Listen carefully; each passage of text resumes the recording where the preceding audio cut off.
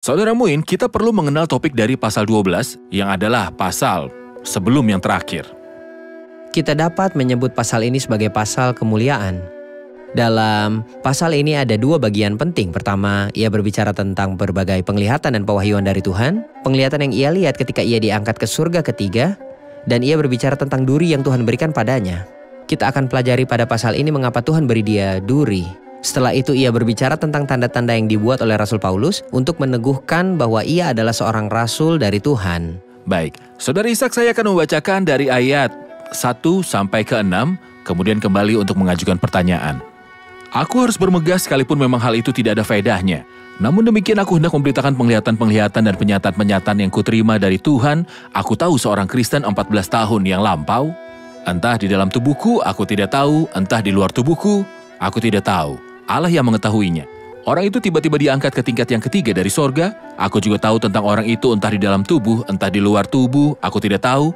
Allah yang mengetahuinya. Ia tiba-tiba diangkat ke Firdaus dan ia mendengar kata-kata yang tak terkatakan, yang tidak boleh diucapkan oleh manusia. Atas orang itu aku hendak bermegah. Tetapi atas diriku sendiri, aku tidak akan bermegah selain atas kelemahan-kelemahanku. Sebab sekiranya aku hendak bermegah juga, aku bukan orang bodoh lagi karena aku mengatakan kebenaran. Tetapi aku menahan diriku supaya jangan ada orang yang menghitungkan kepadaku lebih daripada yang mereka lihat padaku, atau yang mereka dengar daripada aku.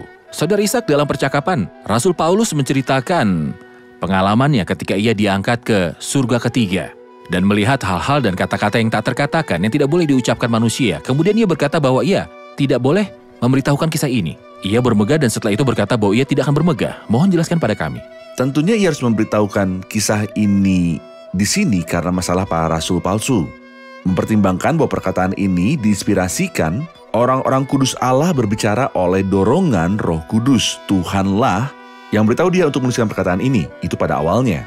Hal pertama. Kedua, tujuan sang rasul bukanlah masalah bermegah sama sekali, tetapi mungkin saudara ayat yang disebut adalah terhadap prinsip bermegah. Gimana mungkin? Di ayat terakhir dari pasal sebelumnya yang adalah pasal 11, ia sedang berbicara tentang pengalamannya dalam sebuah keranjang aku tunjukkan dari sebuah tingkap keluar tembok kota. Dan dengan demikian, aku terluput dari tangan wali negeri Raja Aretas yang menyuruh mengawal kota Damsyik. Ia sangat dipermalukan.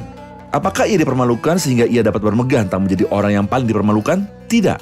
Roh Kudus bermaksud penghinaan ini dituliskan sehingga saya tidak akan bermegah tentang pelayananku hari ini, berkata bahwa saya telah dipermalukan demi Tuhan dan saya telah melakukan banyak hal dan pergi ke banyak tempat. Jika saya berkata bahwa Anda atau orang lain manapun berkata pada saya bahwa saya mengalami banyak hal yang tidak berarti dibanding dengan apa yang Rasul Paulus telah alami. Ketika Rasul Paulus sendiri naik ke surga ketiga dan kisah yang Anda telah sebut, ia tidak menceritakan masalah ini selama 14 tahun.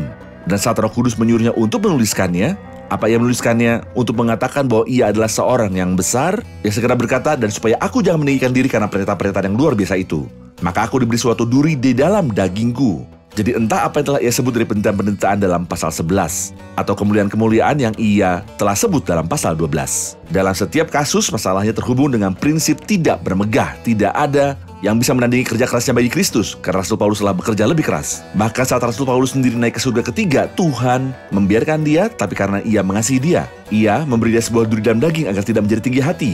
Jadi prinsip bermegah dan meninggikan diri sepenuhnya ditolak oleh Tuhan dan sepenuhnya ditolak oleh Rasul Paulus, dan itu tidak berkaitan sama sekali dengan bagian ini.